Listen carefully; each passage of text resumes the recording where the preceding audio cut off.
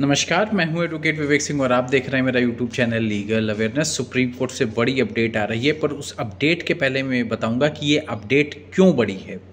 इसलिए बड़ी है कि पिछले कई दिनों से एक माहौल क्रिएट हो रहा था कि 498A के मुकदमे काफ़ी दर्ज हो रहे हैं, काफ़ी फर्जी मुकदमे दर्ज हो रहे हैं, झूठी शिकायतें हो रही हैं।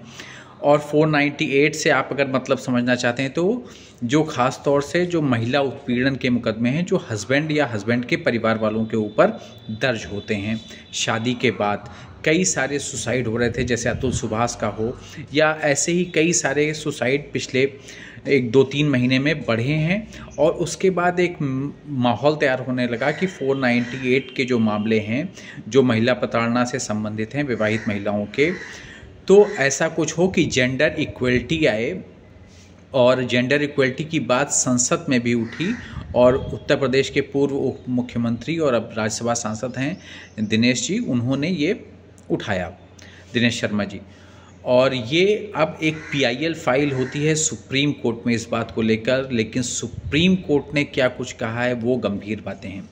सुप्रीम कोर्ट ने उस PIL को खारिज कर दिया है, जी हाँ। और जो एक जेंडर इक्वलिटी की बात थी उसको खारिज किया है सुप्रीम कोर्ट ने। क्या कुछ कहा है उसको समझिए, लीगल जो उसका एस्पेक्ट है उसको।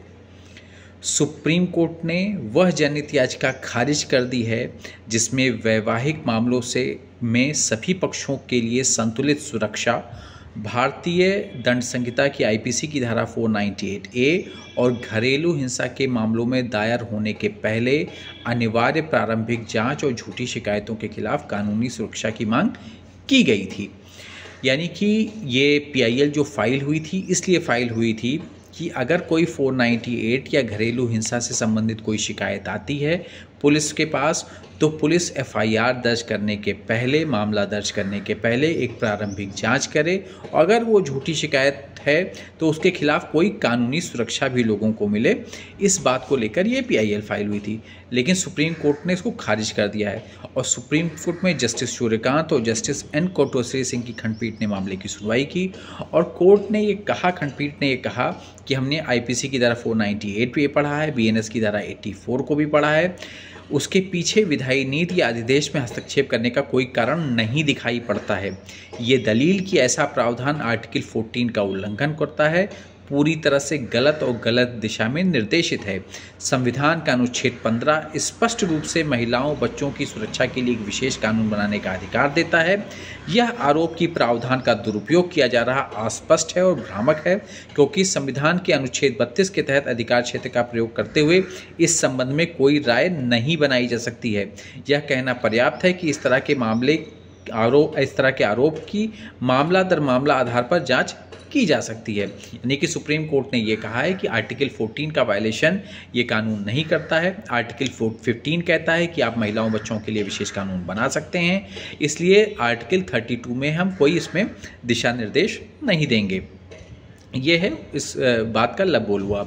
अब उसके अलावा जस्टिस कांत ने एक टिप्पणी की। उन्होंने कहा कि हम समझते हैं कि ये एक मसालेदार खबर है कि IPC की धारा 498 का दुरुपयोग किया जा रहा है। दुरुपयोग कहाँ है? उन्होंने पूछा कि बताइए दुरुपयोग कहाँ है। और याचिकाकर्ता के वकील का ये दावा था कि याचिका के उदाहरणों, जो घटनाएं हुई हैं, याचिका में उदाहरणों का हवाला दिया गया और ये बताया गया कि याचिकाकर्ता को पीड़ित पक्षों को न्यायालय में जाने दिया जाना चाहिए। वकील ने बताया कि भारत में घरेलू हिंसा के मामले केवल महिलाओं द्वारा ही दर्ज किए जा सकते हैं, जबकि अन्य देशों में कोई भी ऐसे मामले को दर्ज कर सकता है। तो जस्टिस कांत ने उनसे पलटवार करते हुए पूछा कि जस्टिस कांत ने कहा कि और इसलिए हमें कानून बनाना चाहिए। हम अपनी संप्रभुता बनाए रखते हैं, हमें अन्य देशों का अनुसरण क्यों करना चाहिए? उन्हें हमारे देश का अनुसरण करना चाहिए। ये जस्टिस कांत ने कहा वकील साहब के आर्गुमेंट के बाद। अब साथ ही साथ जस्टिस कांत ने वकील साहब से ये भी आगे पूछा कि क्या व्यापक बयान दे सकते हैं कि दहेज के कारण महिलाओं का उत्पीड़न का एक भी मामला नहीं? क्या आप बता सकते हैं कि क्या दहेज उत्पीड़न के नाते एक भी मामला नहीं हो रहा है इस देश में? महिलाओं का दहेज उत्पीड़न नहीं हो रहा है? और कोर्ट ने, जज साहब ने यह भी कहा कि जहां पति या उसके परिवार को प्रताड़ित किया गया है वहाँ कानून को उसी के अनुसार काम करना चाहिए। अगर महिला को परेशान किया गया है तो इस कानून को उसके बचाव में आना चाहिए। तो प्रावधान में क्या गलत है? और ये सारी बातें हुई और जस्टिस कांत ने वकील साहब से कहा कि केवल कुछ मामलों के लिए मंच का दुरुपयोग न करें और उन्होंने कहा कि अगर आपके पास आज अदालत में बैठने का धैर्य है तो आप पाएंगे कि एक ऐसा मामला है जहां महिला का पति ने सिर काट दिया है। क्या आप चाहते हैं कि हम वहां दुरुपयोग लागू करें? आप क्या बात कर रहे हैं? आप भारतीय समाज को जानते हैं? आप चाहते हैं कि हम कानून को ख़त्म कर दें? बहुत दुर्भाग्यपूर्ण। और ये सारी टिप्पणी की कोर्ट ने, जो महिलाओं की सुरक्षा को लेकर कितनी चिंतित है कोर्ट या किस तरह से इस कानून को देख रही है, क्योंकि बीच बीच में एक ये गुबार उठ रहा था कि जेंडर इक्वलिटी आनी चाहिए कानून में और पुरुष काफ़ी प्रताड़ित हो रहे हैं इस कानून से और कई सारे सुसाइड के केसेस हो रहे हैं। तो ये कोर्ट का व्यू है इस पॉइंट पे।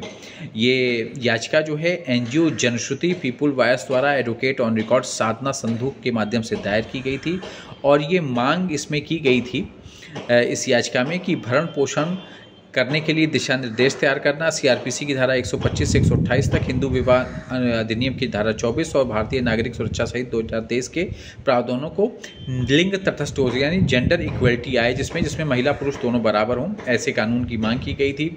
498 में संशोधन की मांग की गई थी, वैवाहिक विवादों से संबंधित है और वैवाहिक विवादों में झूठे आरोपों में फंसे व्यक्तियों को मुआवजा के लिए एक तंत्र की स्थापना की मांग की गई थी और भरण पोषण की प्रक्रिया के तहत अदालत के सख्त नियम 90 दिन का पालन किया जाए, ऐसी मांग की गई थी।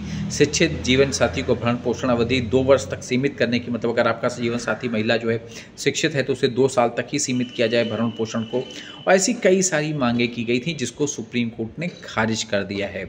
और इसके साथ ही साथ जो है ये भी मांग की गई थी कि झूठे आरोपों के लिए राहत और झूठी शिकायतों के पीड़ित गरिमा और प्रतिष्ठा की रक्षा के लिए मुआवजा दिया जाए। तो कई तरीके की मांगें थी जिसको सुप्रीम कोर्ट ने खारिज कर दिया है और एक तरीके से महिलाओं के अधिकारों की सुरक्षा की है और महिलाओं के अधिकारों को ऊपर रखा है। उनको लगता है कोर्ट को अभी भी कि भारत में भी ऐसा माहौल नहीं है कि ऐसे कानून जेंडर इक्वलिटी के हिसाब से देखे जाएं, जो कानून जैसा है उस हिसाब से ही देखा जाना उचित है। ये सुप्रीम कोर्ट की राय है और इस पिटीशन को जो है, इस जनहित याचिका को सुप्रीम कोर्ट ने खारिज कर दिया है। मैं हूं एडवोकेट विवेक सिंह और आप देख रहे हैं मेरा YouTube channel legal awareness. Please इस चैनल को लाइक और सब्सक्राइब कर दें जिससे मैं आप तक लीगल अपडेट लाता रहूँ। नमस्कार, धन्यवाद।